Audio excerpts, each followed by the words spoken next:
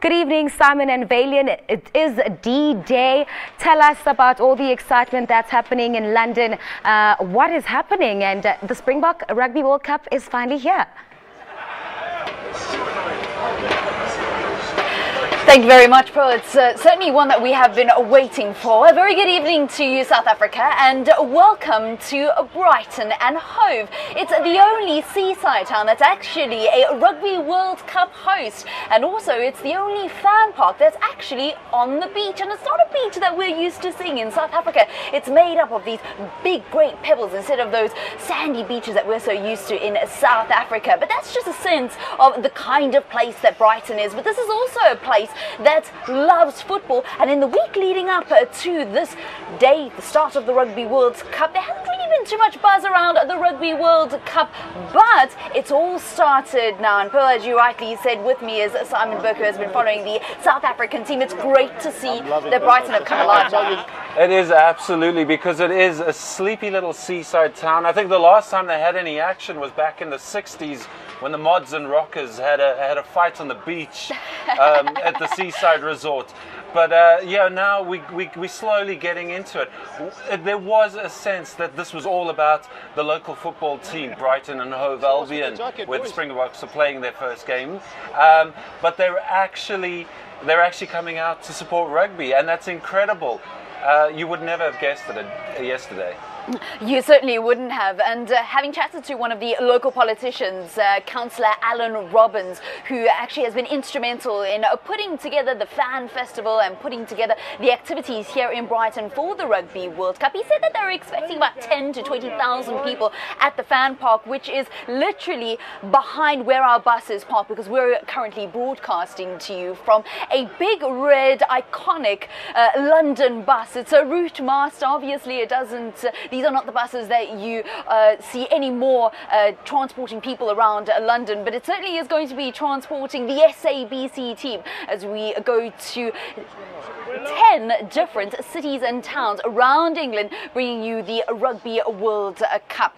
So this is where we are. We're right by the fan park, and a fellow presenter and colleague, he is a former professional rugby player himself, Mac Messina, is out and about, and he's really going to give us a sense of what the vibe is like here in Brighton. Mac, have you had a couple of people coming to chat to you? I think you've been quite a hit here in Brighton.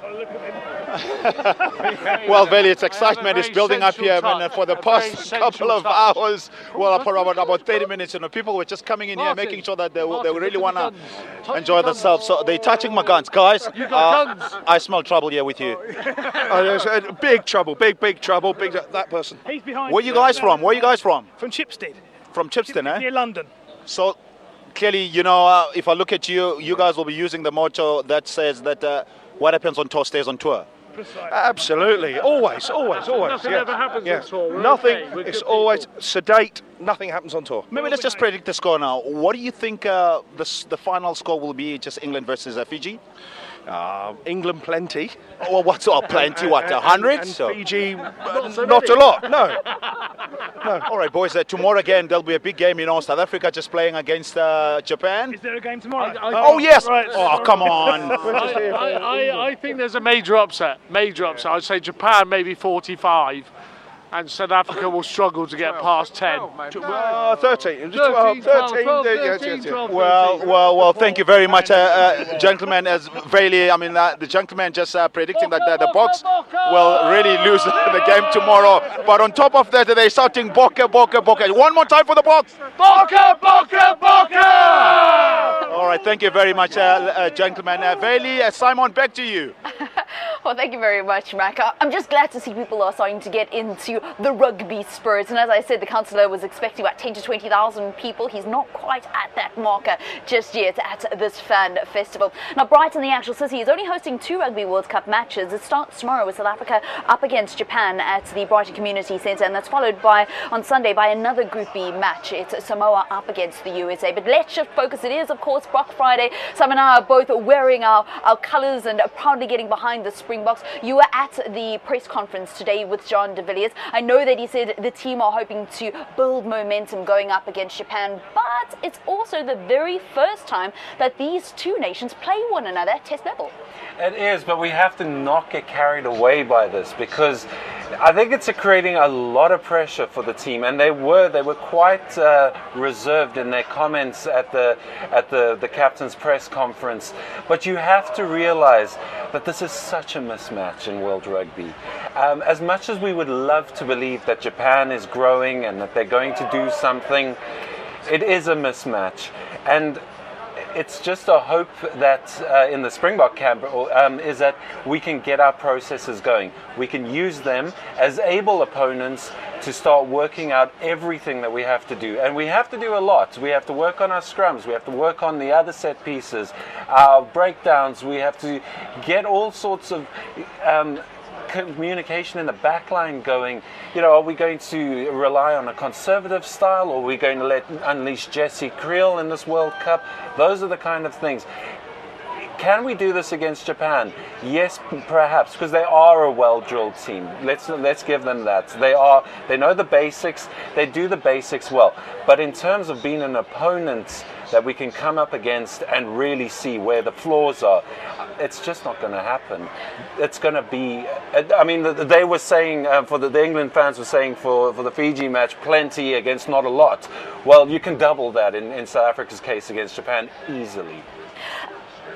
Heineke Meyer is taking no chances, though. He has selected the most capped side for this clash. 880 caps will run out onto the field tomorrow against Japan. So you say that it's all just a work in progress. However, I look at that, and I know he wants to give Burke and Vaylen another week's rest, but he's going to start him against the massive Samoans. Well, I mean, I think Dwayne would be up for it. Let's be honest. We all know Dwayne. He'll be up for anything. You know, this is just, and maybe against Samoa, that's just the team to get his motor running. Really, you know, if he's starting cold, you know, put him in against the massive Samoans. Let's see what happens. But yes, you're right. Heineke Meyer has chosen a very, very strong Springbok team. It clearly shows where his thinking is. He's not using any of these little pool matches to mess around and give everyone a go and say, yeah, you go out and experience the World Cup. If you're in his plan for his starting 15, you're in the team right now, or you're there and thereabouts. And that's what he's doing at the moment. And that's why I say we hope that Japan offers them the kind of opposition that we need at this stage just to get going.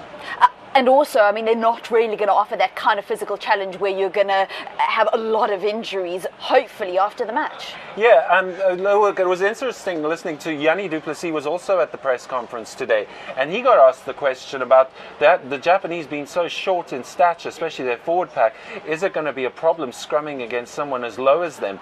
And that could be quite a case. I mean, if you're looking at working on your tight five, working on your front three, and getting them back together, the gangs all back together from the Sharks, giving them a run out. You know, against a team that is an unorthodox scrummaging unit, this might be counterproductive, because the mechanics in a scrum are so incredible that, you know, it just takes the slightest variation and everything goes out the window. Now, they're not going to scrum us off the park, but if we're trying to work on our scrumming against guys who are visibly shorter than everyone else might not be the best thing, but it's what we have to deal with, and it's just another quirk that's going to happen in this match, probably. It's certainly something that provides a very interesting pretext to the match, and although, as you say, in World Rugby terms it is a bit of a mismatch, it does make for some interesting talking points heading into the match. We speak a lot about the scrum and what's going to happen when these two forward packs actually meet one another in South Africa and Japan. Now, the forwards coach for Japan is a man that was a former England captain, Steve Borthwick. So not only does he know the conditions very, very well, but he's also trying to help to develop the team over the last 3 years that he's been coaching them, alongside Eddie Jones, who also has a Rugby World Cup winners medal to boast, and that, of course, when he was assistant coach for the Springboks. So we were at the Japanese camp a little bit earlier on this week and found out what assistant coach Steve Borthwick, as well as player Craig Wing, had to say. So cute. Oh, boy. Okay, we will have to bring you those sound bites in a little while, but I see Mac has got some South African supporters with him. Mac? Sveli, I've got South African supporters. Yeah, surprising enough, South African team is playing tomorrow, but clearly, the mood is so great because you guys are here. Yeah, we're here already. We can't wait. We're looking really forward to it tomorrow. Where are you guys from? We're actually from England, but we're previously from Joburg. All right, obviously the first game today, England versus Fiji. How do you guys just see it? I think Fiji will probably be strong for 20 minutes, but then England's quality and fitness will take them in that final 20. Final score? Today? Yep. 27. All right, guys, just give me something about that. Say, Burke, Burke, Burke, Burke, Burke, Burke. Okay, Vali, back to you, eh? Thank you very much, Mac. From myself here in our red bus, as well as Sambo, thank you very much for chatting to us. We look forward to tomorrow's match, South Africa up against Japan. Until tomorrow morning, goodbye.